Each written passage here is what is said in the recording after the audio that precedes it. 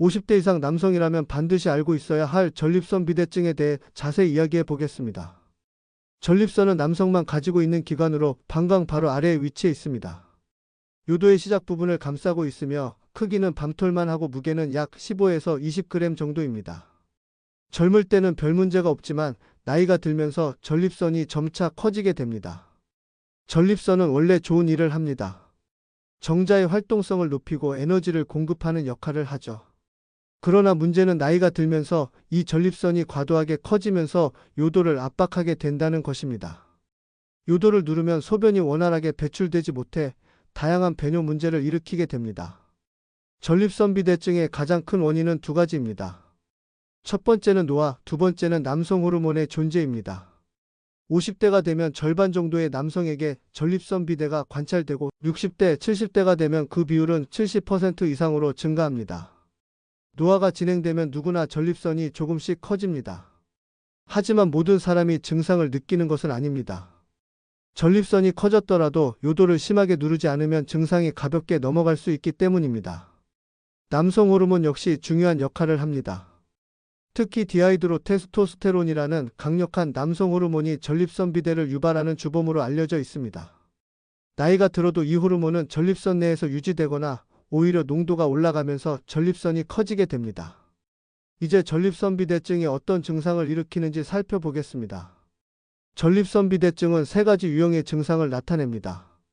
첫 번째는 배뇨 증상, 두 번째는 저장 증상, 세 번째는 배뇨 후 증상입니다. 배뇨 증상은 소변이 약하게 나오고 끊어지고 힘을 줘야 하는 불편을 말합니다. 소변을 보고 나도 개운하지 않은 느낌이 남기도 합니다. 이런 증상은 요도가 압박을 받으면서 소변이 자유롭게 흐르지 못하기 때문에 나타납니다. 저장 증상은 방광이 자극을 받아 나타납니다. 소변을 오래 참지 못하고 자주 화장실을 가야 하며 급하게 소변이 마려운 경우도 많습니다. 밤에 자다가 1에서 2회 이상 일어나 소변을 보는 야간요 역시 대표적인 저장 증상입니다. 배뇨 후 증상은 소변을 다 본 후에도 몇 방울씩 팬티를 적시는 불쾌한 증상입니다. 요도 주변에 남은 소변이 흘러나오기 때문입니다. 68세 김철수 할아버지께서 이렇게 말씀하셨습니다. 처음엔 밤에 한 번 깨는 것쯤이야 별일 아니라고 생각했어요. 그런데 점점 2번, 3번으로 늘어나더니 낮에도 화장실 찾기가 바빠졌어요. 이처럼 처음에는 대수롭지 않게 넘기던 증상이 서서히 악화되면서 삶의 질을 떨어뜨립니다. 그러므로 전립선 비대증은 절대 방치하면 안 됩니다. 이제 병원에서는 이 질환을 어떻게 진단하는지 알아보겠습니다. 전립선 비대증이 의심되면 병원에서는 몇 가지 체계적인 검사를 진행합니다. 첫 번째는 국제 전립선 증상 점수표 작성입니다. 이 문진표는 배뇨 증상과 저장 증상의 정도를 0점부터 5점까지 평가하여 총 35점 만점으로 환자의 상태를 파악합니다.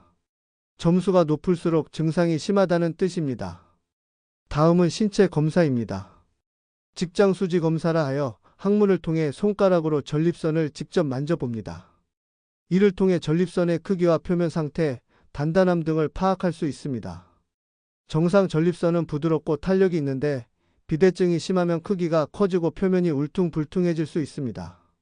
그 다음은 초음파 검사입니다. 초음파를 통해 전립선의 정확한 크기를 측정하고 내부에 혹이 있거나 결석이 생겼는지도 확인합니다. 혈액 검사도 중요한데 여기서 전립선 특이 항원 수치를 확인합니다. 전립선 특이 항원은 전립선에서만 나오는 단백질인데 전립선 비대증, 염증, 전립선암 등이 있으면 수치가 올라갑니다. 따라서 이 수치가 높으면 추가 정밀 검사가 필요할 수도 있습니다. 소변 검사와 요소 검사도 함께 진행합니다.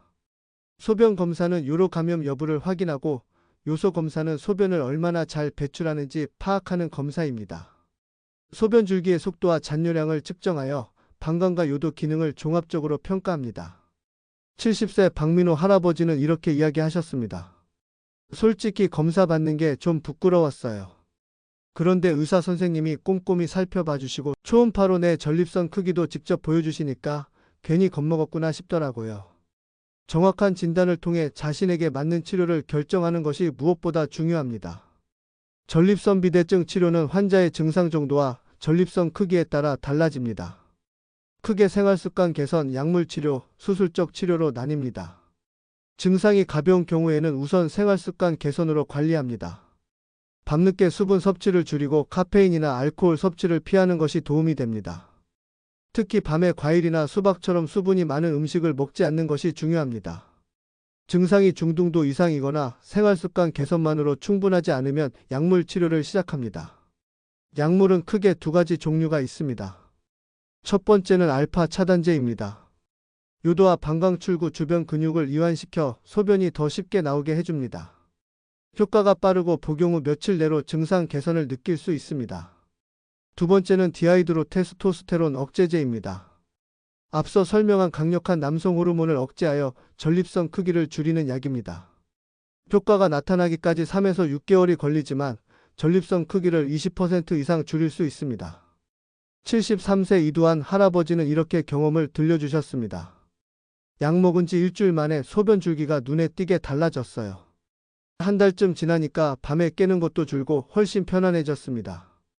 약물 치료로도 증상이 조절되지 않거나 전립선 크기가 지나치게 큰 경우 또는 합병증이 생긴 경우에는 수술적 치료가 필요합니다. 수술이 필요한 경우 가장 흔하게 시행하는 방법은 경요도 전립선 절제술입니다. 줄여서 요도 경유수술이라고 부르기도 합니다. 이 방법은 요도를 통해 작은 기구를 삽입하여 전립선 안쪽 비대한 조직을 깎아내는 방식입니다. 요도 경유수술은 비대한 조직만을 제거하므로 방광 기능을 최대한 보존할 수 있습니다. 대부분의 환자들은 수술 후 소변줄을 하루에서 이틀 정도 사용한 뒤 빠르게 회복합니다. 전립선이 매우 큰 경우에는 복부를 통해 수술하는 개복적 전립선적 출술이나 최근에는 복강경 수술 또는 로봇 수술도 많이 시행되고 있습니다. 이 방법들은 출혈이 적고 회복이 빠른 장점이 있습니다. 76세 윤기섭 할아버지는 이렇게 말씀하셨습니다. 수술한다고 해서 걱정이 많았어요.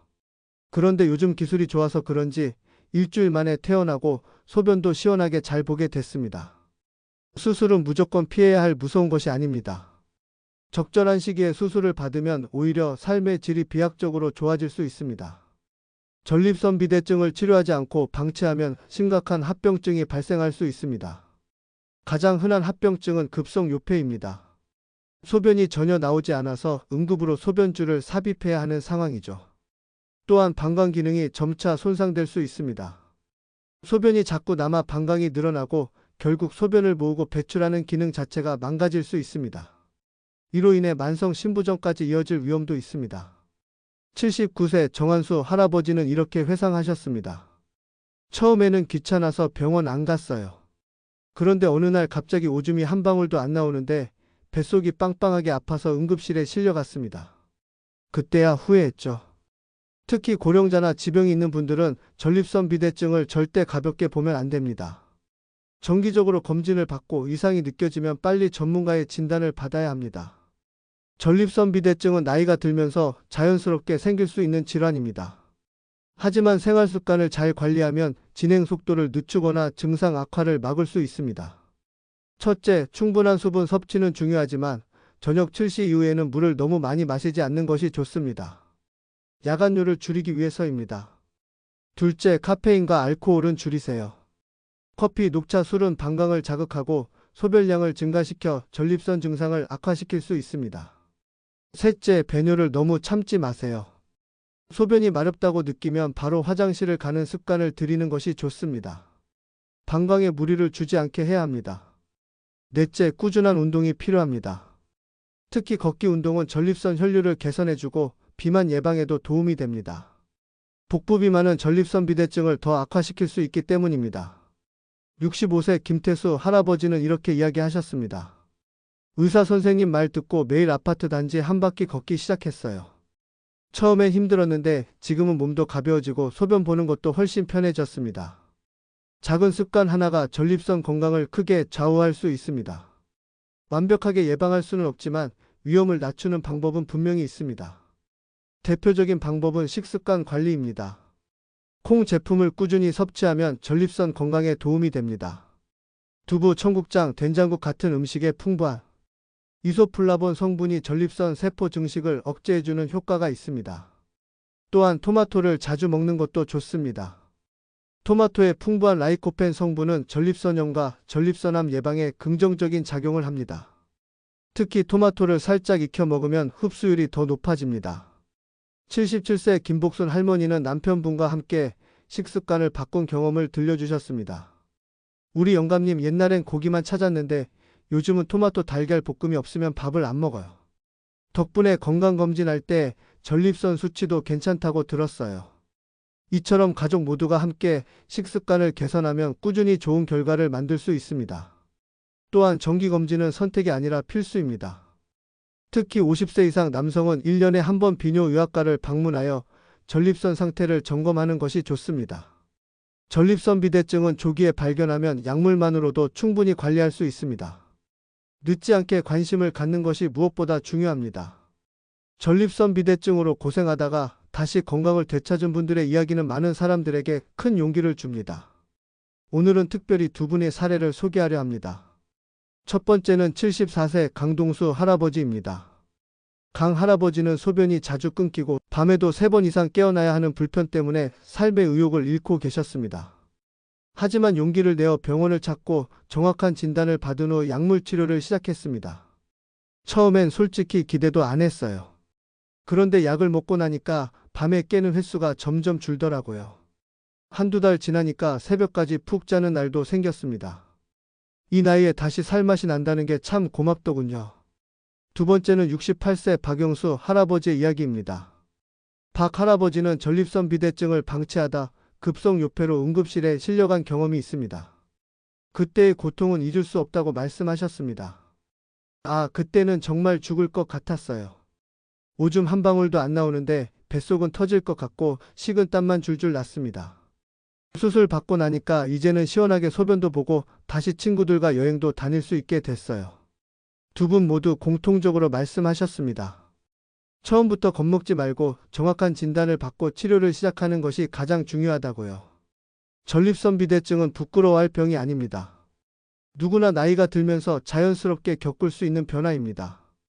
조기에 발견하고 적절히 관리하면 얼마든지 건강한 노후를 즐길 수 있습니다. 오늘 이야기한 내용을 다시 한번 정리해 드리겠습니다. 전립선 비대증은 50대 이후 남성에서 매우 흔한 질환입니다. 주요 증상은 배뇨장애, 저장장애, 배뇨 후 요점적입니다.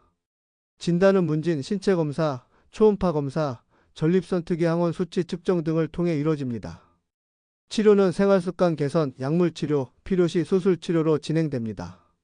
조기에 발견하면 약물만으로도 충분히 관리할 수 있으며 방치하면 신장 기능 손상까지 이어질 수 있습니다. 식습관 관리, 꾸준한 운동, 정기검진이 전립선 건강을 지키는 핵심입니다. 이제 부끄러워하지 말고 용기 내어 한 걸음만 내딛어 보세요. 여러분의 삶이 훨씬 더 건강하고 편안해질 수 있습니다.